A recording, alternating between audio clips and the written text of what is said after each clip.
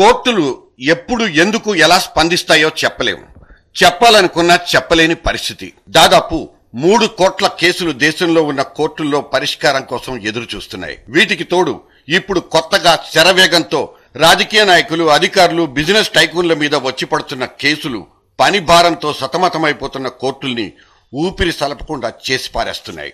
వీటి కోసం ఏర్పాటైపోతున్న ప్రత్యేక కోర్టులు, అదనపు బెంచీలు కూడా ఉక్కపోతకు గురైపోతున్నాయి.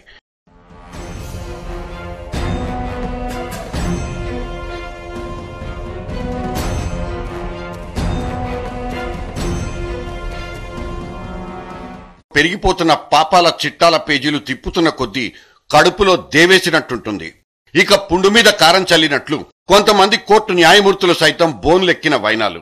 ఒక జడ్జిని పదవి నుంచి తొలగించడం అంటే పార్లమెంటు సభ్యుల ఆమోదం కావాల్సిందే. కానీ అంతటి పరిస్థితి తెప్పించుకున్న వాళ్లను వేళ్ల మీదే లెక్క పెట్టొచ్చేమో. మన ఘరానా నేరగాళ్ల శక్తి సామర్థ్యాల మీద మాకెటువంటి అనుమానాలు లేవు. ఒక న్యాయస్థానానికి కొత్తగా జడ్జి వచ్చారంటే చాలు, ఆయన పుట్టు పూర్వోత్తరాలతో ఆయన బలాబలాల్ని, బలహీనతల్ని, జాతకాలతో పాటు క్షణాల్లో సంపాదించేస్తున్నారు వాళ్ళు. వీటికి తోడు సదరు సబ్జెక్టులో స్పెషలైజేషన్ చేసే కోర్టు ఉద్యోగులు ఒకవైపు, డేగకళ్లతో వీక్షించే మీడియా ఇంకోవైపు ఉండనే ఉంది. ఈ సమాచార యుగంలో ఇంతటి సాంకేతిక పరిజ్ఞానం అందుబాటులో ఉన్నప్పుడు ఏ విషయం కూడా రహస్యంగా ఉండబోదన్నది ఇక్కడ చెప్పదలుచుకున్నది. ఇంతటి ఉపోద్ఘాతానికి అసలు కారణం కోర్టు తీర్పులు, వాటి ప్రభావాన్ని అంచనా వేయడానికి మాత్రమే. కొంతకాలం క్రితం అన్నా హజారే టీం లోక్పాల్ బిల్లు కోసం సివిల్ సొసైటీలతో కలిసి పోరాటం మొదలుపెట్టిన నేపథ్యంలో కోర్టులిచ్చిన తీర్పుల్లో గణనీయమైన మార్పు కనిపించిందనే వ్యాఖ్యానాలు వినిపించాయి. అంటే సమాజంలో న్యాయం పట్ల, ధర్మం పట్ల ఆందోళన ఎక్కువైనప్పుడు వాటిని పర్యవేక్షించే న్యాయస్థానాలు, వాటిని నిర్దేశించే న్యాయమూర్తుల మీద అటువంటి సంఘటనల ప్రభావం ఉందనే చెప్పుకోవచ్చు. ఇటువంటి నేపథ్యాల్లో చూసి చూడనట్లు వదిలేసే పోలీసులు సైతం కాస్త జాగ్రత్తగా వ్యవహరిస్తున్నట్లే కోర్టులు కూడా వ్యవహరిస్తున్నాయని అనుకోవచ్చు.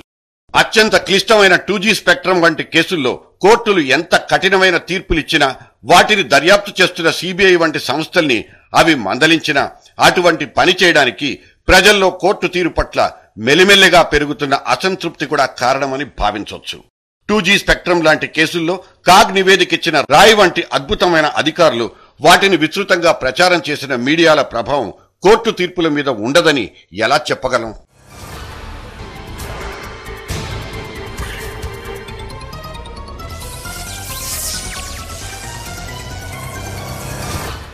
ఆ మధ్య ఒక సర్వే తేల్చిన లెక్కల ప్రకారం మన దేశంలో 2.73 కోట్ల కుటుంబాలు కోర్టు గుమ్మాలెక్కి అక్కడ చదివించుకున్న లంచాల మొత్తం అక్షరాల 5,719 కోట్ల రూపాయలు.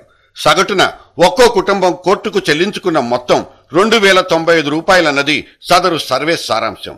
కోర్టులో తమకు అనుకూలమైన తీర్పు రావడానికి సగటున 2,939 రూపాయలు చెల్లించుకుంటే, ఇక తమ కేసు విచారణలోకి రావడం కోసం 799 రూపాయలు ముట్టజెప్పుకున్నారు. కోర్టుల్ని దేవాలయాలుగాను, అందులో తీర్పులు చెప్పే న్యాయమూర్తుల్ని దేవుళ్లుగాను భావించే సగటు జనాభా మరి అటువంటి చోట్ల లంచాలిచ్చుకుంటున్నారంటే దాన్ని ఎలా నిర్వచించుకుందాం? న్యాయస్థానాల మీద ఎటువంటి వ్యాఖ్యానాలు చేయకూడదన్నది ఒక సాధారణ నియమం. అటువంటి నియమాన్ని ఉల్లంఘించడం కోర్టు ధిక్కార నేరమవుతుంది కూడా. నిజమే, మనం సంక్రమింప చేసుకున్న బ్రిటిష్ న్యాయ వ్యవస్థ, అందులో నుంచి పుణికిపుచ్చుకున్న కొన్ని లక్షణాలు రాచరికపు యుగానికి సంబంధించినవే. సామాన్యుల్ని చిన్నబుచ్చేవిగా, అవమానించేవిగా ఉన్నాయన్న విమర్శలు వినబడుతున్నాయి. కోర్టుల్లో పాటించే విధానాలు, ప్రక్రియలు, పద్ధతుల్లో స్వాతంత్రం వచ్చిన తర్వాత పెద్ద మార్పులు లేవు. ఇక కోర్టులంటే అదొక యుద్ధభూమిగాను, అటువంటి చోట చేసే యుద్ధంలో నీతి నియమాలకు తావే ఉండదన్న అభిప్రాయం జనంలో ఏర్పడిపోయింది. సాక్షులు, కక్షిదారులు, నల్లకోట్ల అడ్వకేట్లు, పెద్ద పెద్ద పుస్తకాలు, పెద్ద పెద్ద బల్లలు, బోనులు కొత్త వాళ్లలో ఒక భయాన్ని, అయోమయపు వాతావరణాన్ని కలిగిస్తున్నాయనేది ఆ వ్యాసంలో స్థూలంగా చెప్పిన అభిప్రాయం. ఇక న్యాయమూర్తుల ఎంపికలో పారదర్శకత లోపించిందన్న వాదనలు ఎప్పటినుంచో ఉన్నవే. వాళ్ల నియామకాల్లో నిబంధనలు సరిగ్గా పాటించడం లేదని, అధికార పార్టీతో వాళ్లకున్న సంబంధాలే వాళ్ల నియామకాలకు తోడ్పడుతున్నాయన్నది ఇటువంటి విమర్శల సారాంశం.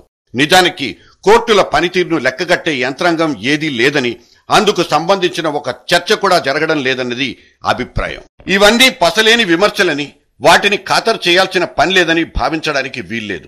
అయితే కోర్టులు ఇంతటి పరిభారంలోనూ కీలకమైన కేసుల మీద దృష్టి సారించి అద్భుతమైన తీర్పుల్ని వెలువరించడం ద్వారా ఇంకా వాటి పట్ల జనంలో ఒక గౌరవభావం ఉంది. వాటిని నియంత్రించే ఒక సరైన యంత్రాంగం ఉంటే వాటి పనితీరు మరింత బాగుపడుతుందనే ఆలోచన నుంచే నేషనల్ జ్యుడిషియల్ కమిషన్ లాంటి సంస్థని ఏర్పాటు చేసుకోవాలని పౌర సమాజం కోరుకుంటోంది. న్యాయ వ్యవస్థ తన కాలం చెల్లిన కట్టుబాట్లు సంప్రదాయాలకు ఫుల్ స్టాప్ పెట్టి ప్రస్తుత సమాజ అవసరాలకు మార్పు చెందాలన్నది మాత్రం ముమ్మాటికి నిజం.